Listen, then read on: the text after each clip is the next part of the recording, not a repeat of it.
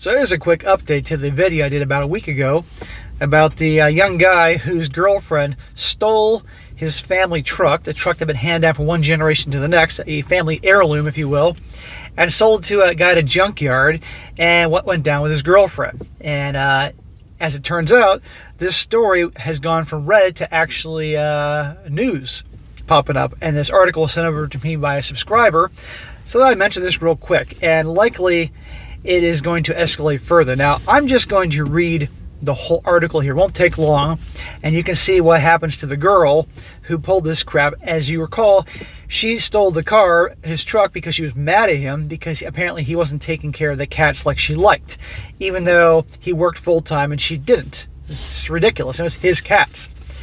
It says here, the title of the article now, because it's an article, is Angry Girlfriend Sells Man's Heirloom 1972 Ford F1 to Scrapyard and Gets a Felony Charge.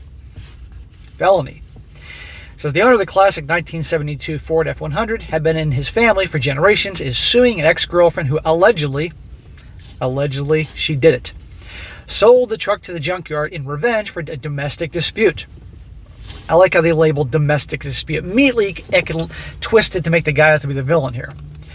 The truck has since been recovered, and the ex faces felony charges plus a lawsuit.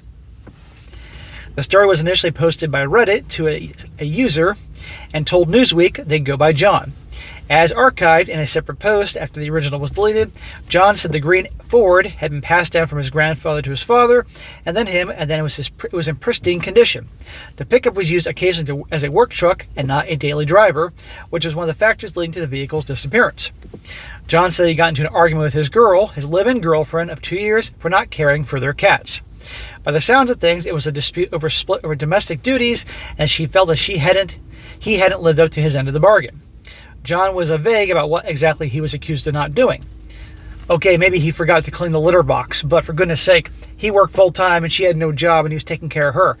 I mean, for goodness sake. Later, after returning from the bar, John noticed the truck was gone and asked why. That was when his girlfriend allegedly admitted to selling the truck to a nearby junkyard for $400 using a forged signature. Again, the alleged crap. The Reddit user filed a police report for the stolen truck and began scouting nearby junkyards before a friend eventually found it. The Ford was recovered, but in worse condition than it was last seen. Its bodywork was damaged, some rust had formed, and its brakes had an unknown problem. As for John's ex, she has reportedly been charged with a Class 1 felony and faces a $5,000 fine, plus a civil lawsuit from John. Well, that's exactly what she deserves. She stole his property. End of story. And a lot of you guys said, and I agree in the previous video, what about the junkyard owner? He has to have some issues as well. It says, while it's easy to read this as a one-sided sob story, John's Reddit post may not tell the whole truth. His original post has since been deleted, potentially at the recommendation of his attorney. It's impossible to know what went on behind the scenes, but there are still lessons to be learned. This is the article saying this. For one, really get to know someone before rushing in to move in with them. And for two, communicate like adults. What do I say all the time in my videos? Make sure the girl's a good communicator. Be with her for a very long time to get to know before moving in with them. Right here. This is a news article that's actually saying the same shit I say. But they're not going to hire me at Newsweek. Set expectations and tell your partner when you can't follow through on commitments. This entire debacle was avoidable, and if most people don't learn from this couple's mistake, this kind of thing will keep happening. Well, you can always count on it happening because there are just too many assholes in the world. But at the end of the day, she's getting what she deserves. And she absolutely should do some jail time for this. Pay a big fine to the state. But, hey, I have an idea. How about pay that fine to him for the damage it was caused? How about he gets his money first, then the state can get their money? But we know darn well that ain't going to happen.